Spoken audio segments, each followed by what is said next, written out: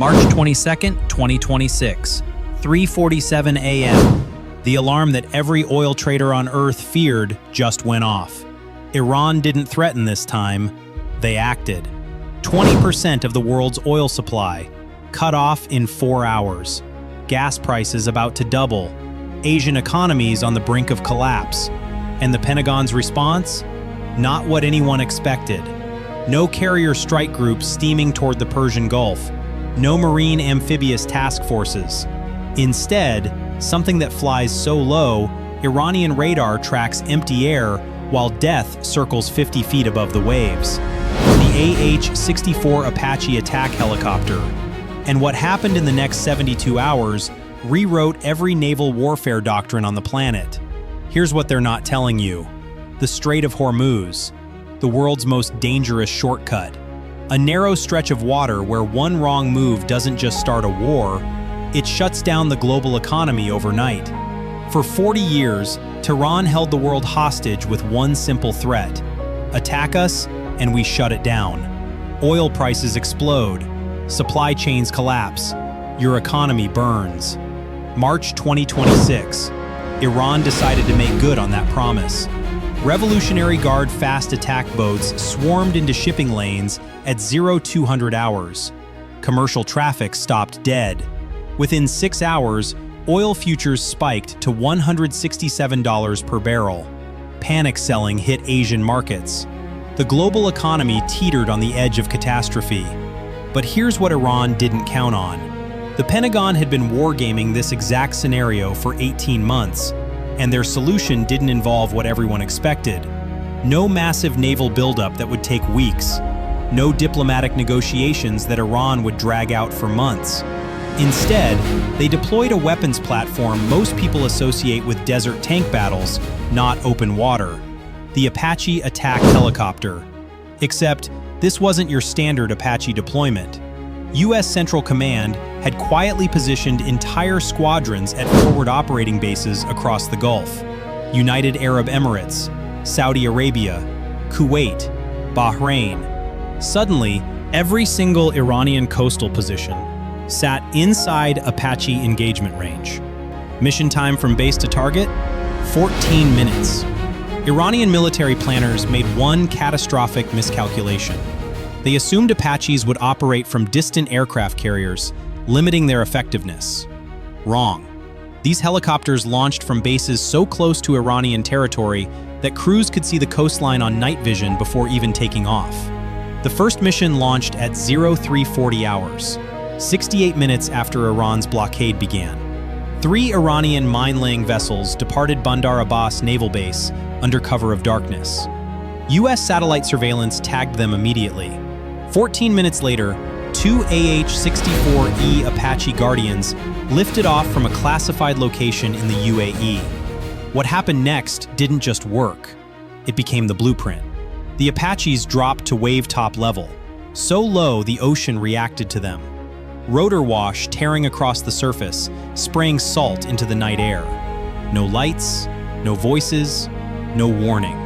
Just the slow, deliberate thump of blades, and machines quietly locking targets that had no idea they'd already been chosen. The longbow radar painted all 3 Iranian boats from 4 miles out.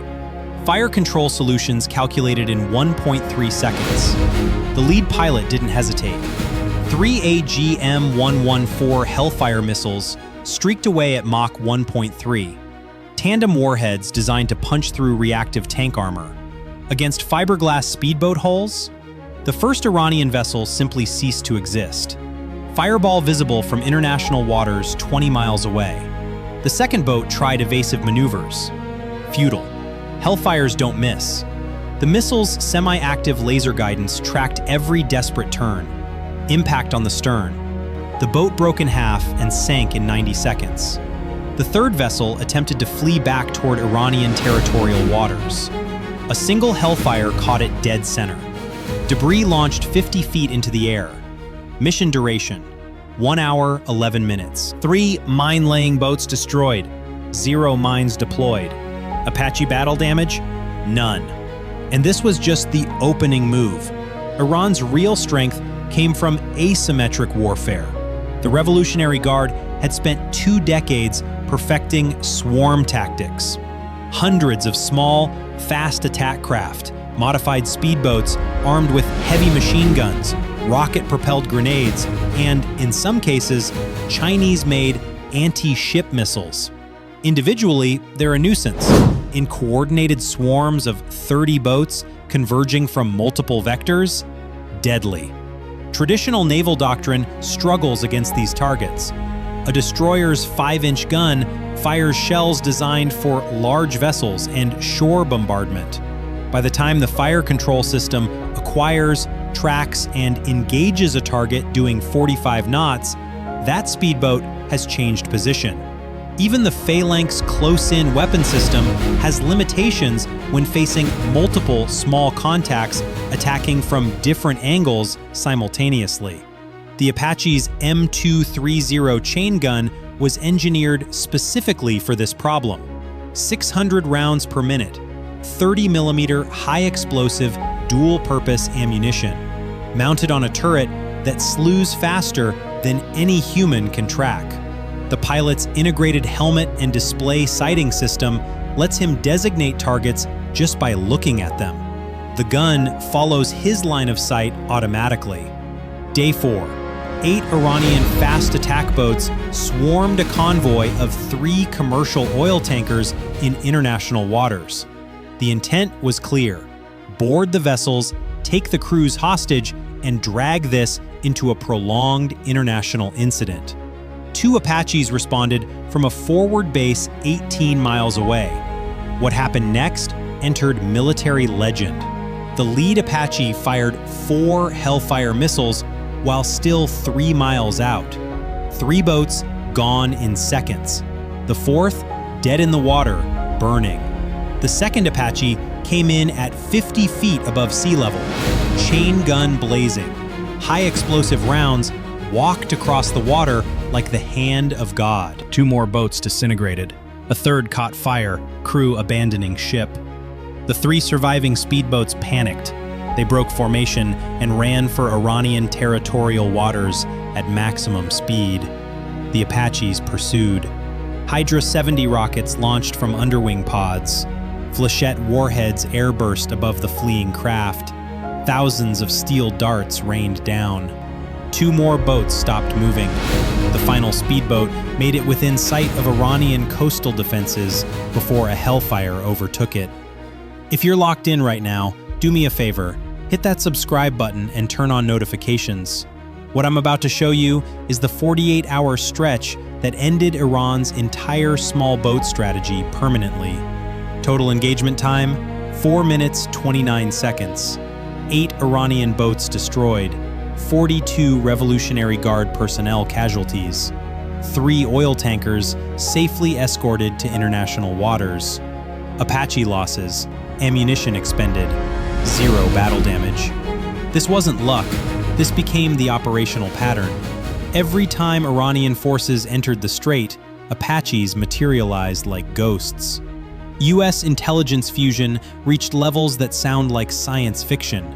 Satellite feeds, drone surveillance, maritime patrol aircraft, signals intelligence, all of it flowing in real time to Apache cockpits through secure data links. The kill chain from detection to engagement, 11 seconds average. Iranian morale collapsed within a week. Intelligence intercepts revealed Revolutionary Guard commanders refusing to authorize missions. Speedboat crews abandoning posts. The vaunted Mosquito fleet that was supposed to overwhelm American naval power through sheer numbers, it ceased to exist as a credible fighting force by day 9. But the mission went deeper than just fast boats. Iran had spent 3 decades fortifying coastal positions with mobile anti-ship missile batteries, Chinese-made C-802s, domestically produced Noor missiles, hidden in cliff faces, dug into civilian areas. These systems could launch with minimal warning, giving ships almost no time to react. Direct airstrikes risked massive civilian casualties. Naval gunfire couldn't reach inland positions. Special operations forces deemed the mission too high risk. AH-64 Apaches, working in coordination with A-10 Warthogs, dismantled the entire network in 6 days. One strike targeted a heavily defended complex near Jask.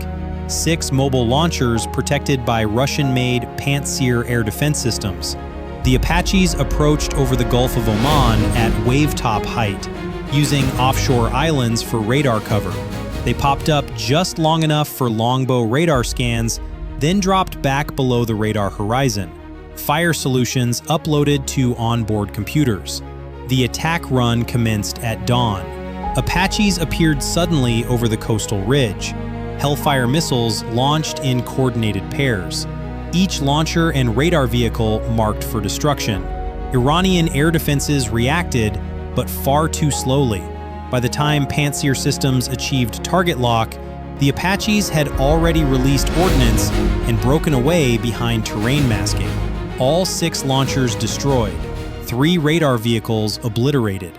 Secondary explosions from ammunition bunkers registered on seismic monitoring stations 40 miles away.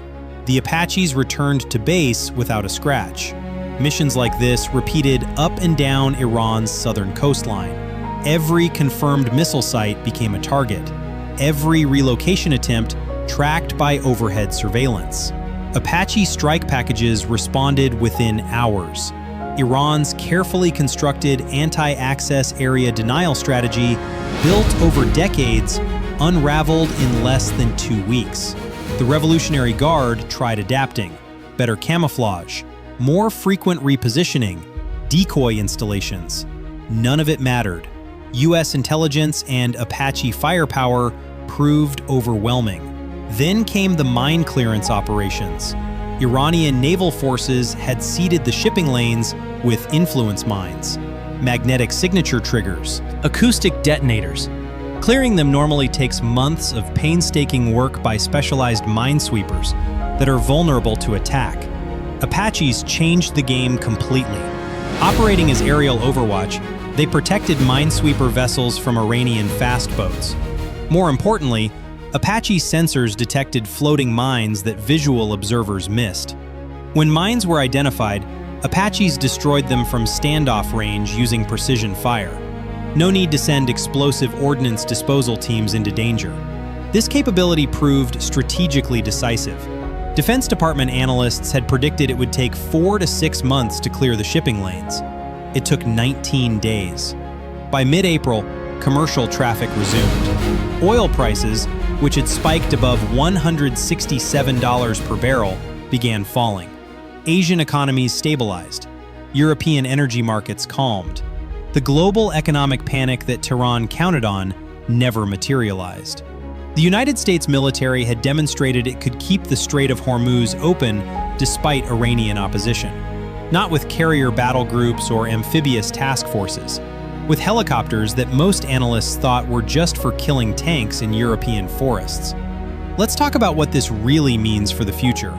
The Strait of Hormuz operation fundamentally altered military doctrine about maritime control. For 70 years, naval warfare meant big ships fighting big ships, aircraft carriers projecting power through fighter jets.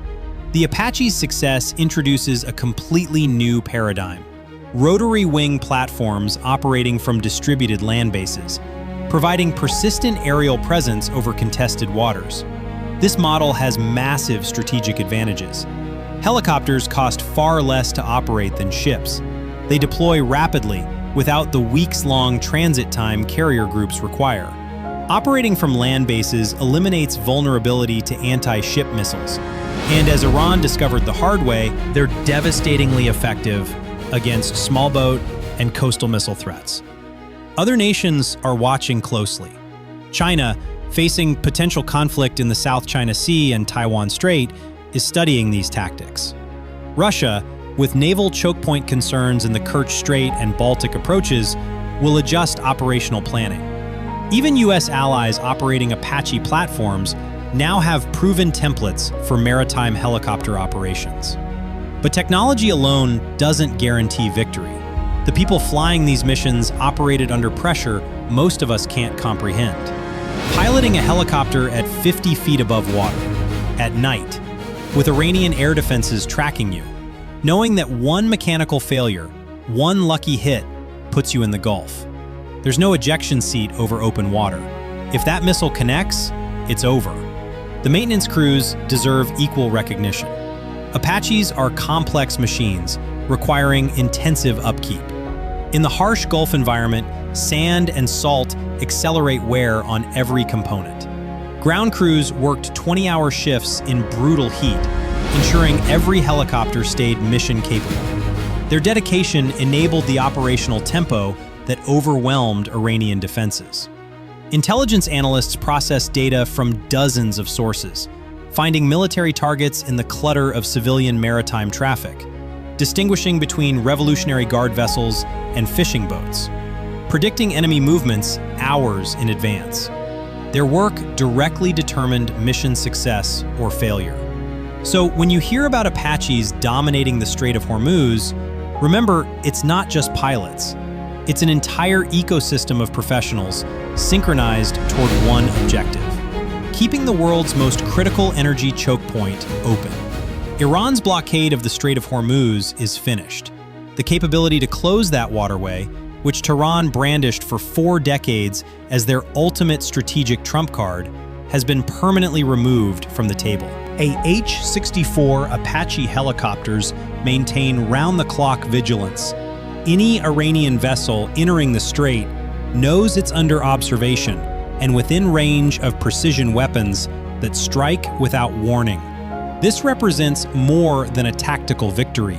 It's a complete strategic realignment. The global economy no longer fears Iranian threats to choke off 20% of oil supply. Shipping companies calculate normal insurance rates. Asian nations don't face sudden energy disruptions. The world's most critical maritime choke point has been secured. The people who made this possible won't receive parades.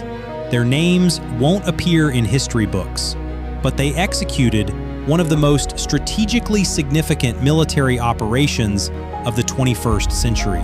They neutralized a threat that could have crashed the global economy and sparked regional war. From the cockpit of a helicopter, most people thought was just for desert combat. That's the reality of modern warfare. It's not always stealth bombers and 5th-generation fighters. Sometimes it's the right platform, right place, right tactics, right crew. The AH-64 Apache proved exactly that over the waters of the Strait of Hormuz, and Iran learned the hardest way possible. Every time their commanders even think about moving boats into the strait, they hesitate, because somewhere above those dark waters, unseen, Apaches are already there, sensors active, weapons armed, watching, waiting. What was meant to choke the world became a reminder of who actually controls it. Now, I want to hear from you.